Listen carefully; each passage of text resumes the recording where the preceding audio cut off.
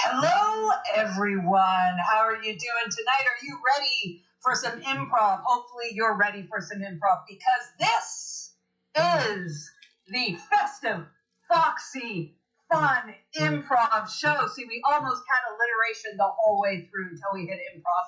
But improv is the most important thing. We're going to do that for you tonight. I'm going to introduce now are the Foxes from Queen City Comedy. This is the team that's going to be doing some improv for you tonight. Come on out, Foxes. We got some Foxes. There they are. Now are the Foxes. Here we are. Okay, we're going to do some improv for you tonight. But first, we're going to get to know who everyone is on this beautiful team. We're going to say who we are, and we do a little bit of an icebreaker, I believe. Is that correct? Sure, yeah. A little bit. All right, let's learn. Let's learn from everyone. If we were going to some kind of festive holiday potluck tonight, what would you bring with you to said potluck? Let's learn who we all are. Yeah. Okay. All right.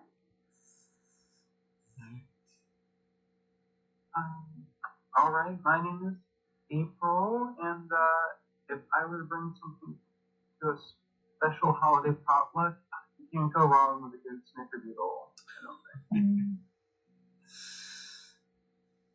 Oh, hi. I'm Carla from Charlotte, North Carolina. I'd like to say, like, my grandma's mac and cheese, but truthfully, I'd be the person to bring, like, the paper plates. Hey, I'm Steven. Similar to Carla, yeah, I think my reality would be different than my hope. I would like to think I would like bake gluten-free brownies or something, but I'd probably just go to the grocery store and buy some moderately priced wine and call that a day. Hey, I'm Kale, and I would bring all the fun and joy of the holiday season to share with all my friends and our family that are there. We'll throw them out and lock the door. And hi, I'm Jen, and I'm bringing some vegan sausage rolls because it's very Canadian, and with some French's yellow mustard to dip them in because it will surprise everybody in how plain it is. French Canadian yellow mustard. Yes, French Canadian yellow mustard, and I guess that's moutarde. I suppose. I think I could be wrong. Someone can correct me in the chat. You know how to say mustard in French, please put it in the comments. Please, I'm probably not doing the pronunciation correctly one bit. All right, maybe we should move on to the improv. We're going to do a form for you tonight. It's the LaRonde form, but done using the podcast style of improv. And this is a style that was introduced by Billy Merritt. Hello, Billy. We're going to be doing that for everyone tonight. Pirate, Robot, Ninja, written by Billy Merritt and Will Hines. A little bit of a promo there. Do we have a word to inspire our opening? Yes, I am looking at. So if you're watching on YouTube or Facebook, feel free to put a word in to inspire us. And I'm looking to see what has already been added, and I see from Lawrence, tickets to the opera. Tickets to the opera. Tickets to the opera. Tickets to the opera. You know, when I was younger, I grew up in Connecticut, so sometimes, like around Christmas, as a family, we would go and see a Broadway show, and the one I'll always remember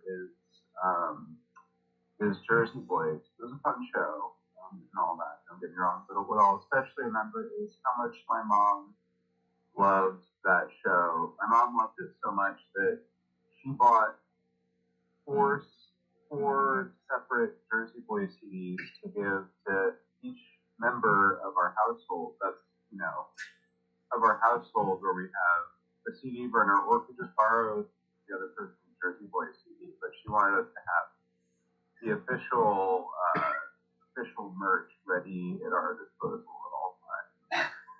I totally thought you were going to say she took you to Phantom of the Opera, but Jersey Boys is amazing. I mean, the music's amazing, and the coolest thing is, like, Joe Pesci is, like, really responsible for all of that, y'all, just so you know. I don't know that story. How's Joe Pesci? Who are the people from Jersey Boys? What's the name of the group, April? I can't remember. Four Seasons. Yeah, Frankie Valley. They grew up in the neighborhood with Joe Pesci. And he introduced him to someone who gave him their recording contract. Watch the movie. It's a true story. Blame it I can't on. believe my mom hasn't seen the movie. I'm gonna have to tell her it's gonna be a great Christmas for my mom. You should get her like 4 copies of it. Yeah. Well, those two stories remind me of my story that reminds. Carla mentioned Phantom of the Opera, and April mentioned moms. And I went to Phantom of the Opera. I believe I was in grade 5 or 6 or something, and it was a big trip.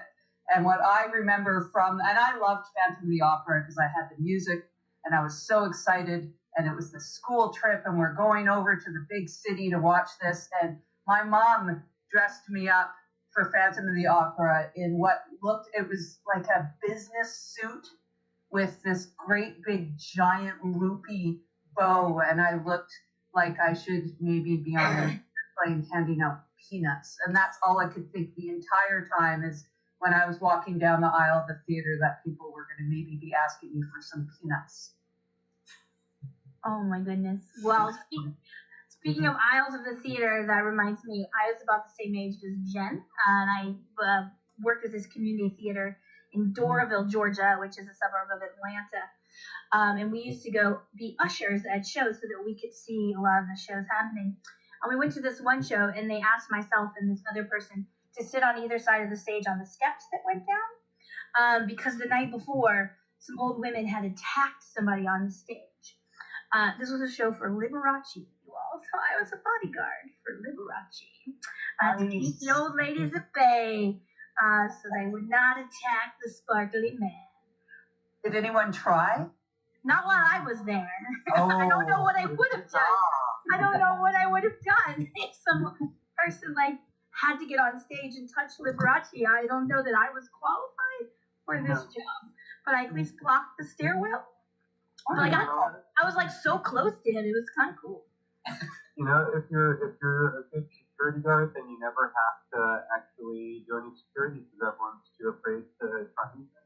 I think I was afraid. I also saw Roadhouse. Yes, that's. I think, Carla, maybe did you want to rush the stage possibly yourself, and you thought, well, I have the closest access now to get up on there? True story. I had no clue who he was.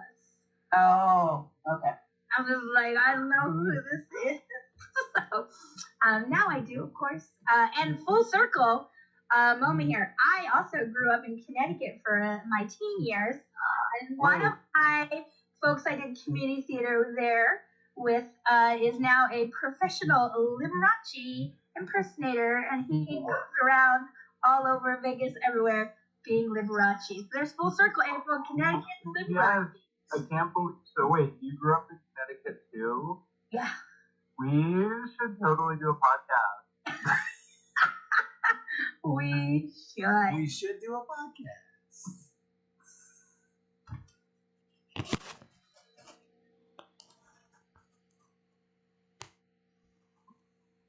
Welcome back.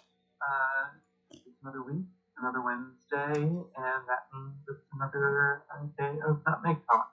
This is our 83rd episode where we talk about all the things that make the Nutmeg State great. If you're a first-time listener, Nutmeg State is the first of the great state of Connecticut, and all all the different parts of it, from the fun stuff up in Hartford, meeting jobs mostly, I think, to the coasts of New London. I'm just excited to be talking about that with my esteemed guest today. You know, I wanna do right by this guest. It's truly an honor to be talking to the number one clamor in all of Connecticut today. Talk about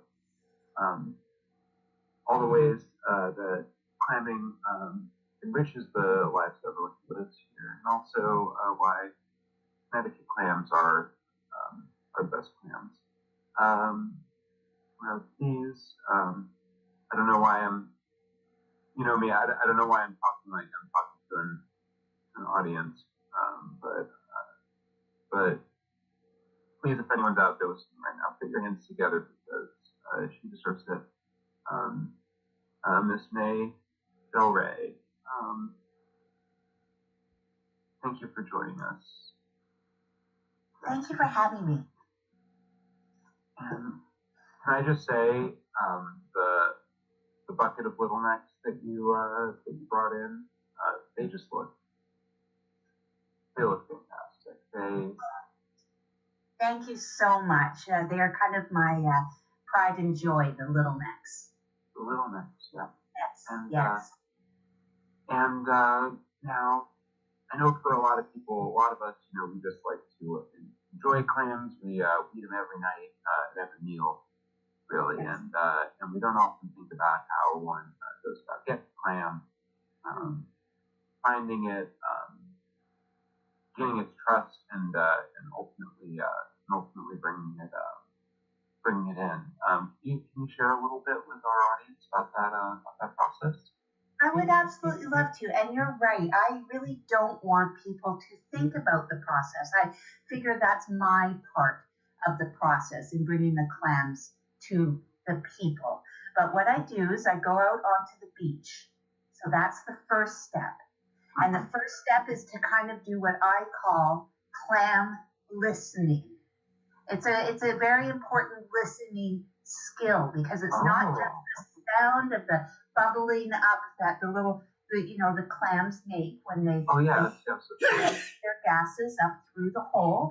It's both that and the essence of the clams, so I can go find the ones that want to be found. So in a way, the clams are trying to say something.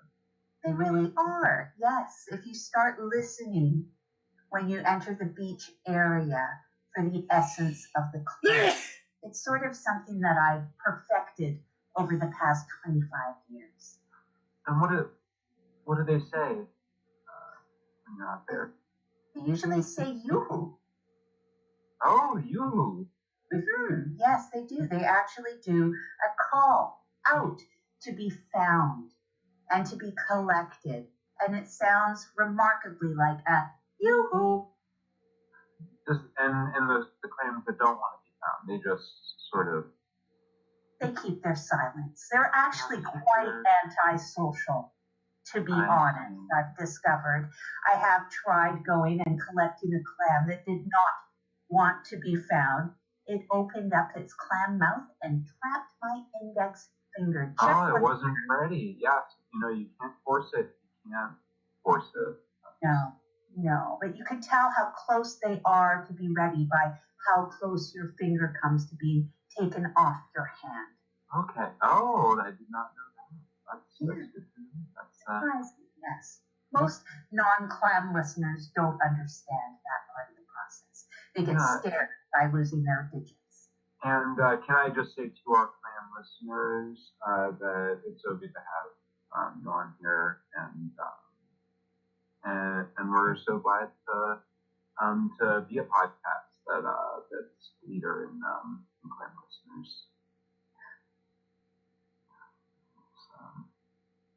Now, May Del Rey, what does Connecticut mean to you? Well, it means an opportunity to just kind of expand my services, I would like to say, because I've started a clam reading group. And this region is one of the only areas that I believe would support such an endeavor. Oh, of course, of course. If a clam, why are you saying there's places where they wouldn't want clams to be able to have a reading group so they can enjoy some of the latest books that are recommended by different TV personalities?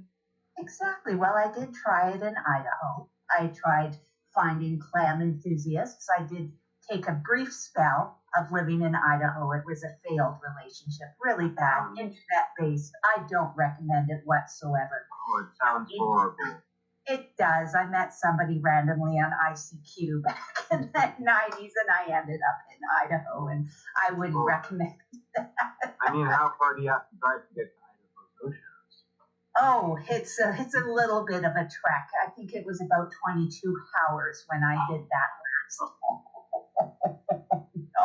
And they also hated the idea of a clam reading group. I was just sitting in the middle of my living room, completely alone, all by my lonesome, reading clam books to myself, which is actually a little bit underrated, but I would have preferred to have other people with me. I'm sorry. What a harrowing experience. Is there anything our users can do to help such a horrible situation? Can we send? Well, they luckily I'm back in Connecticut now, where there's quite a big audience for the clam group. So I will just do a little shout out if you do clam readers. ANON, that's anonymous, because we keep everybody that comes to the group anonymous when they come and read about clams, just in case you can't be too careful.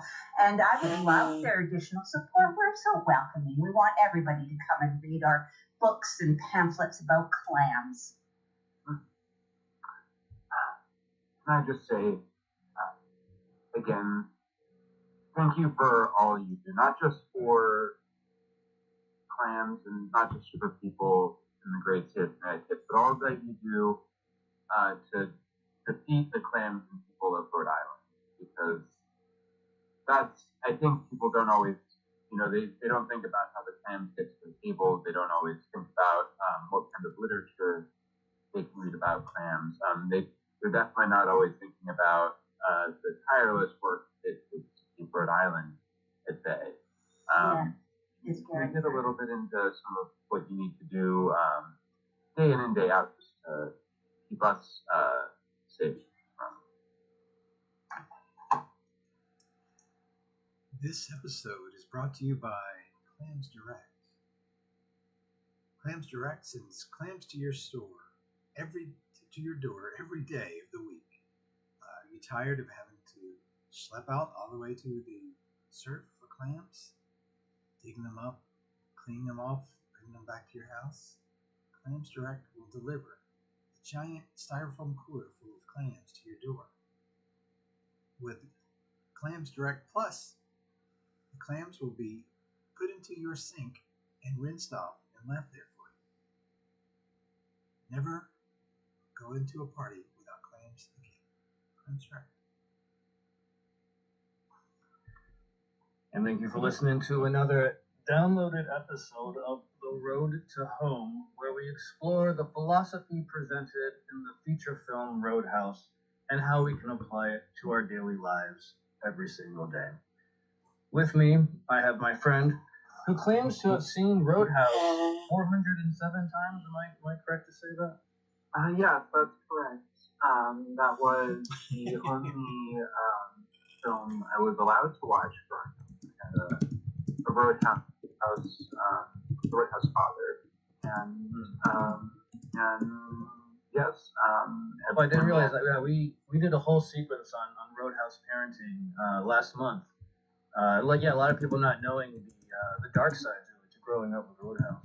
Yeah, it's there's a lot of temptation. We live out the coastal state, and I feel like Roadhouse kind of evokes sort of like what's out there in that great like inner area, like what kinds of adventures happen there. And Yeah, what Roadhouse really, crazy hijinks are going to ensue on the other side of that body of water? yeah, people are punching and kicking because I don't know if you're aware, but where I'm from nobody punches or kicks.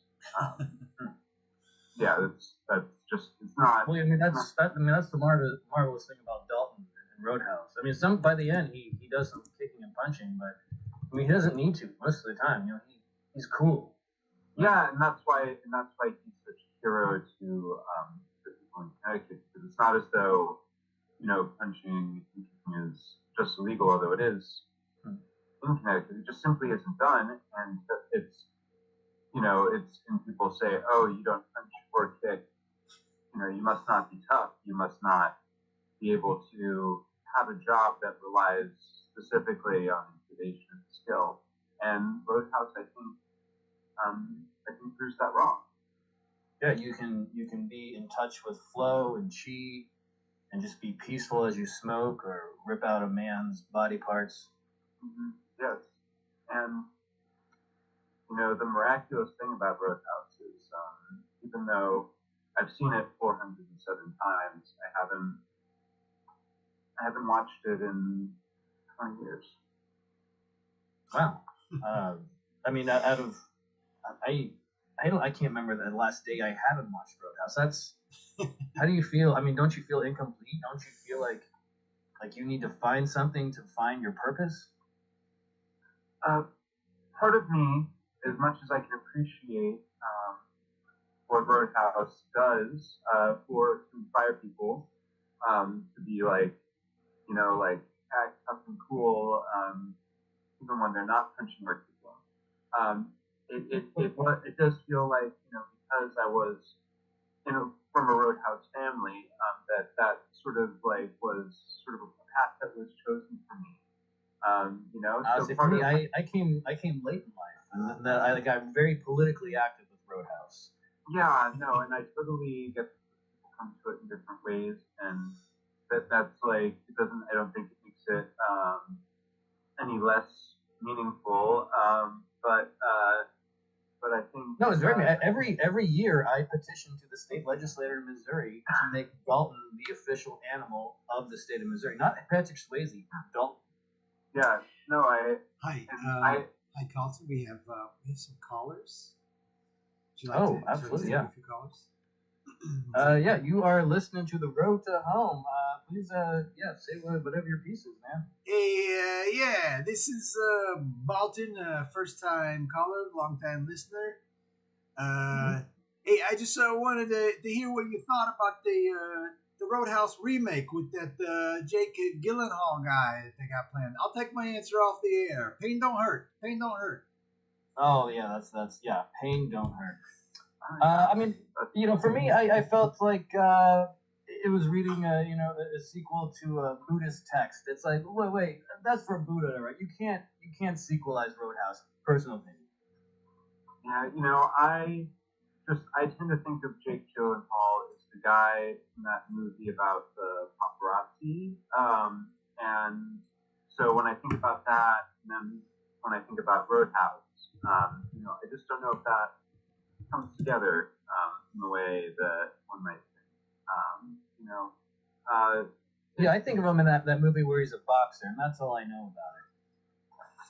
Yeah, and I'm sure he's in other movies, but I also. But he's not in my Roadhouse. Yeah. Oh, yeah. I hesitate to bring up any other movies just in case I'm confusing him with another actor. I mean, the Road to Home is a safe space, right? You keep it cool with you, all right? If you need to take it outside, you can. Okay. Well, I will attempt to describe another Jake Gyllenhaal movie then. There was the one where he played the boy who almost dies, and then stuff goes bad for him, and then. Wait, is that the one where he's like he's in the military and he's like they're making him do stuff in his mind?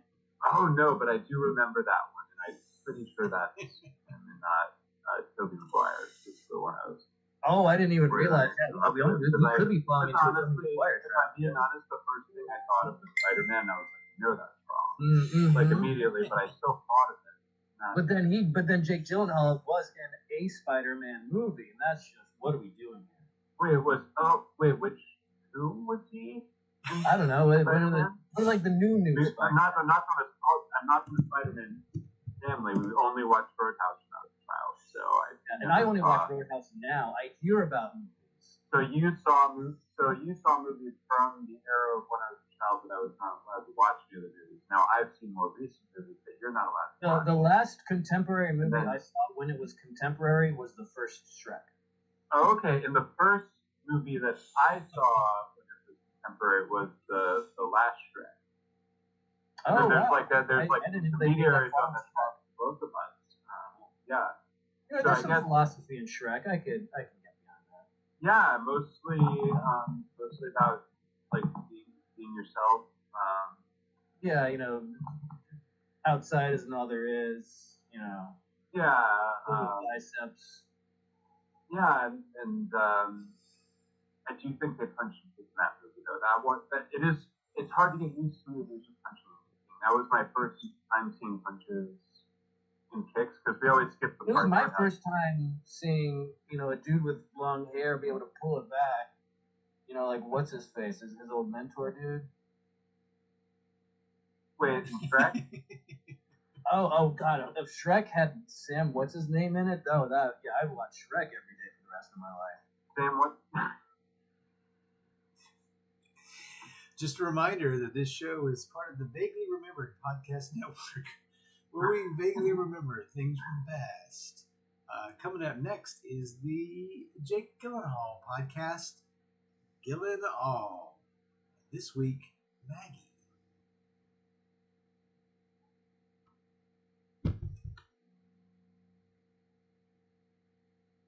Welcome, everyone. Welcome.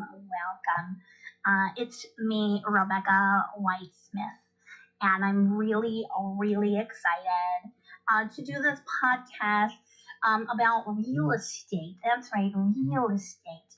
And I brought an expert in with me who seems to be a little obsessed with houses and roads. So go ahead and introduce yourself to our audience. Hey everyone, I'm Carlton. I host the Road to Home podcast. You can find it on all the major platforms. I'm not here to do a plug, but I am. Well, and you've already mentioned our two favorite words, homes and roads, right? Location. Why don't you tell our audience a little bit about where you live? For myself, I live in a renovated barn that now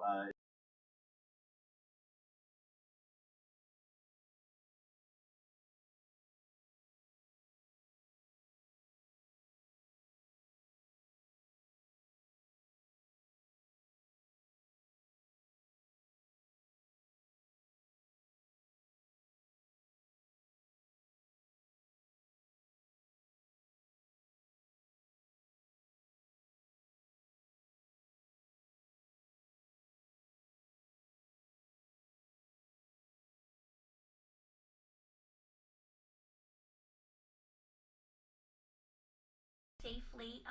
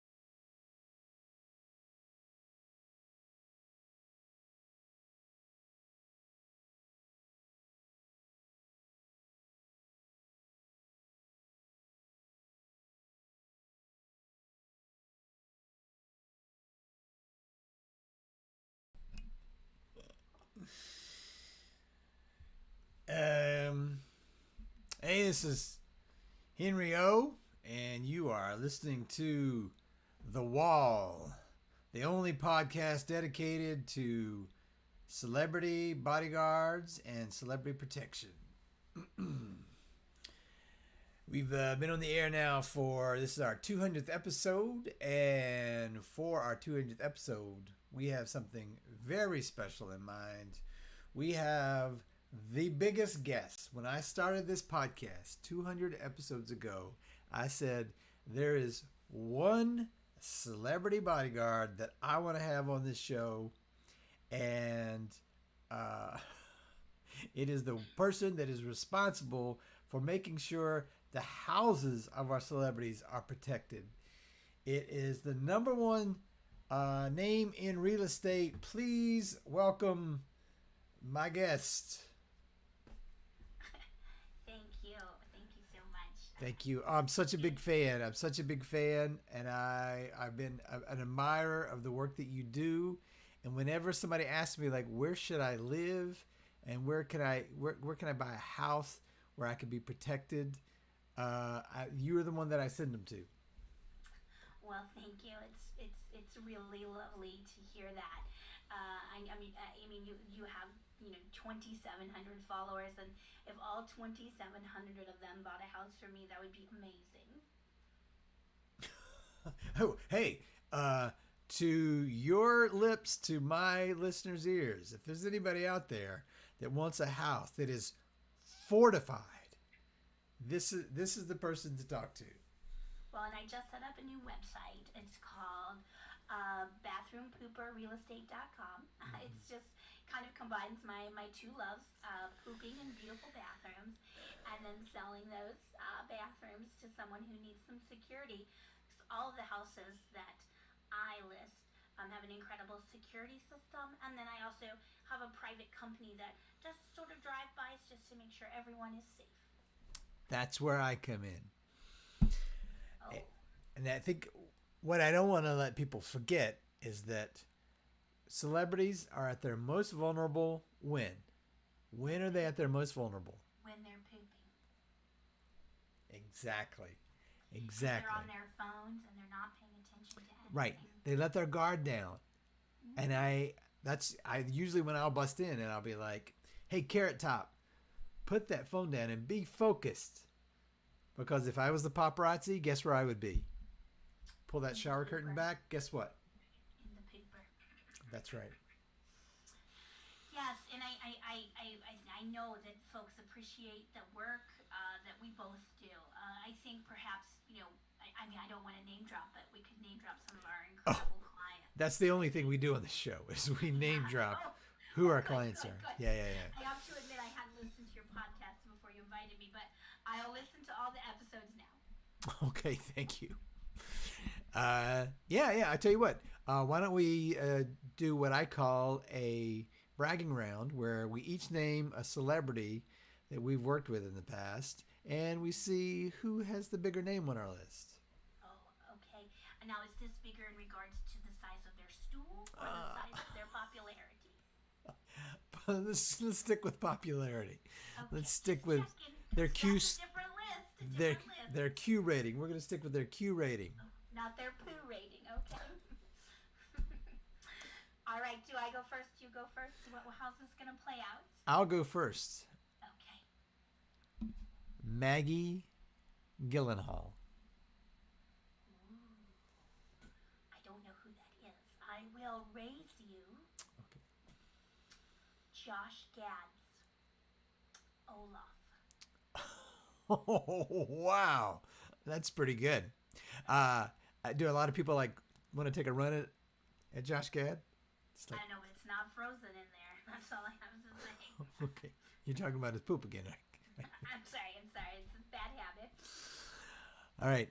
The person that I've had to protect the absolute most, though, would surprise you. Okay. That's the late Betty White. Well, I don't feel like I can respond to that at all. That woman was an angel on earth and now an angel in heaven. So that's what I thought. I thought that was the general consensus. A lot of people had a hate on for Betty White and would take a run at her, and I was the wall. Wow. Well, I might have one that maybe needs more protection than any celebrity out there. That is Mrs. Katie Holmes. That's right, Mrs. Katie Holmes, former Mrs. Cruz. No, no, no, no. She's not any longer. She almost was a Farr, but no, she's still a Holmes. But oh, I have to keep him away. You know, it's interesting. She was in the Batman movie. In the first one. And they replaced her. You know who they replaced her with? A robot. Maggie Gyllenhaal. Oh my gosh, that's amazing. Do you enjoy listening to the music of the Jersey Boys soundtrack? Go to jerseyboysjerseybox.com right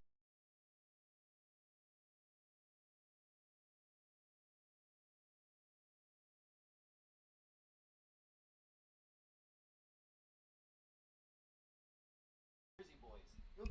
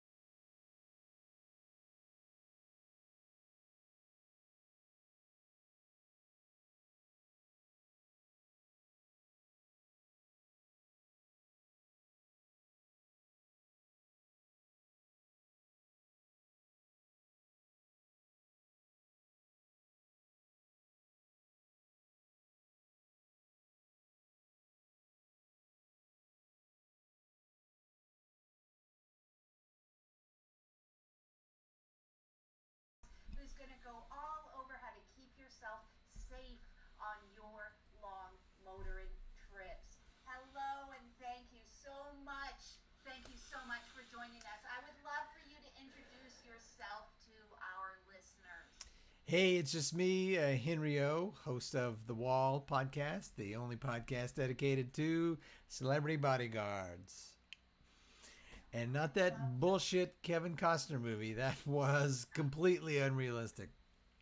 No, when we were emailing back and forth, and you told me about that, you know what? I threw my DVD and my VCR copy of The Bodyguard right out in the trash after you told me all about that. Well, you didn't have to go that far, but that's I appreciate that. Let me tell you, I have seen a lot of roads in my line of work. As you can imagine, I travel quite a bit.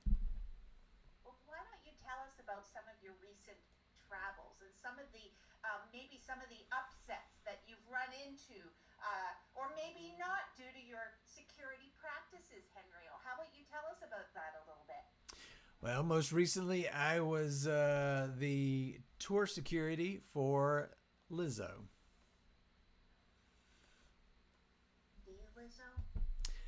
I mean, a Lizzo, who also is probably the Lizzo that you're thinking of, yeah.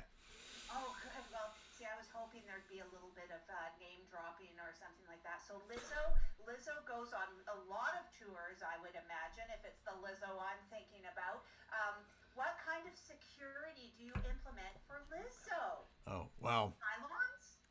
I cannot go into the specific processes of my security because someone listening could then use that to gain access to Lizzo. I will say this, though. Listeners now, so I mean, that's pretty risky. The number one person that's trying to take a run at Lizzo, her backup dancers. Yeah. Her own back. The call is coming from inside the house. I mean, I ran into that once because I rented out a basement from somebody named Fred, and Fred got very obsessed with me, and the call was coming from inside the house, and the call was very dangerous because Fred came down at 2 a.m. and asked me if I wanted a glass of water, and I didn't trust him. That's okay. You're doing okay. Just remember you're in a safe place now. Fred's not here. When I tell people they want an Airbnb, I say, number one, don't rent the basement. unless there are at least 2 exits out of the basement. See, that's where I went wrong. There was only one. Do you know how many of my clients I've had to pull out of a basement? How many? I can't even fathom a guess. 4. 4. Yes. Uh, Actually, there was 4 of them. The Four Seasons Wait, so all 4 on separate. were at 4 seasons on separate. No, they weren't 4 at. seasons? They weren't at the Four Seasons. It was the Oh. Four Seasons. The Frankie Valli and his band, and on 4 separate occasions, they were constantly going in basements.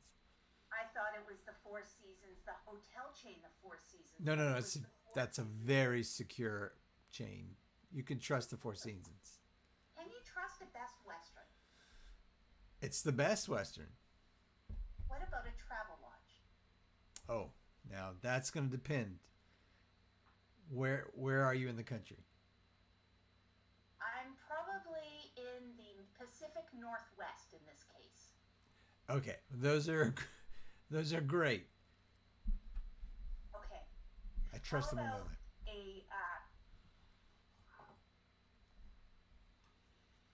Have you ever hired a bodyguard to protect you while you're pooping, only for them to later disclose details about the size of your poop? Did you know that that's a HIPAA violation? Did you know that you have legal rights? Hi, I'm Saul Poopman, and yes, I know, I've heard it a million times, but the thing you should hear from me is that you should hire me to sue that bodyguard who told everyone about your poops and what they look like. Because I don't think bodyguards should be doing that, even though everyone wants to know.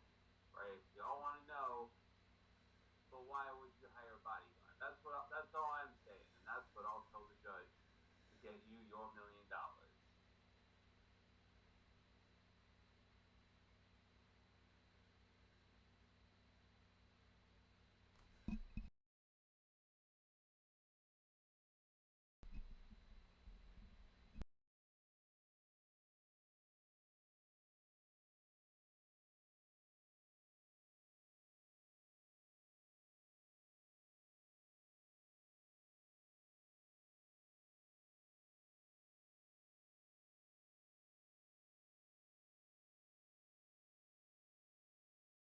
I had a real bodyguard on.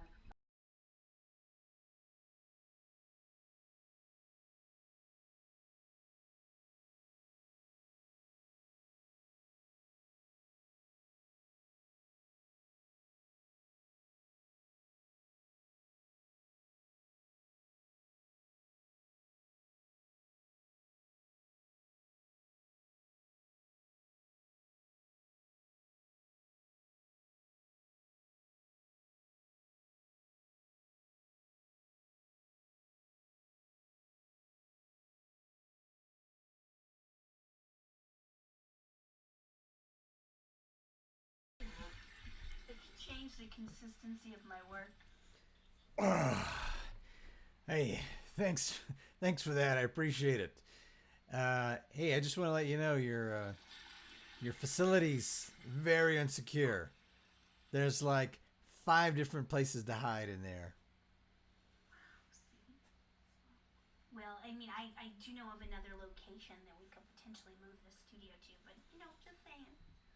Yeah, y'all want to go on the road together? Go to a different house? Ooh, I do have some houses that would be fantastic as well. Hey, do you feel like it's necessary to punch your chick to be like tough and cool? I don't feel like that question's for me, but who else could answer? Are you talking about like a road trip together? Where there would be punching and kicking? Maybe. Yeah, maybe saving the day, some little romance. I could purchase one of the trailers that Will Smith used to use when he had a career, and we could use that to go on the road. It's a beautiful bathroom facility. Yeah, Is no there slap. would there be room in that for I've just got a whole bunch of new long neck clams. I'm just wondering if there's maybe a tub or something in there that I could put all the clams in. Rebecca? Well, there's a refrigerator, but we could maybe strap something to the top of the vehicle if you'd like. Oh, that would be This fantastic. is kind of scary. I've never been to America's Heartland before. I've never been more than 20 minutes from the ocean. It does take a lot of adjustment, but I could help you through that. Sometimes the best journey is to get out of a big city in the Northeast and just find yourself in a new town. Find what connects you. I'm in. And you know what connects us all? Poop. We all poop. Let's go to New Jersey. Jersey, Jersey, Jersey.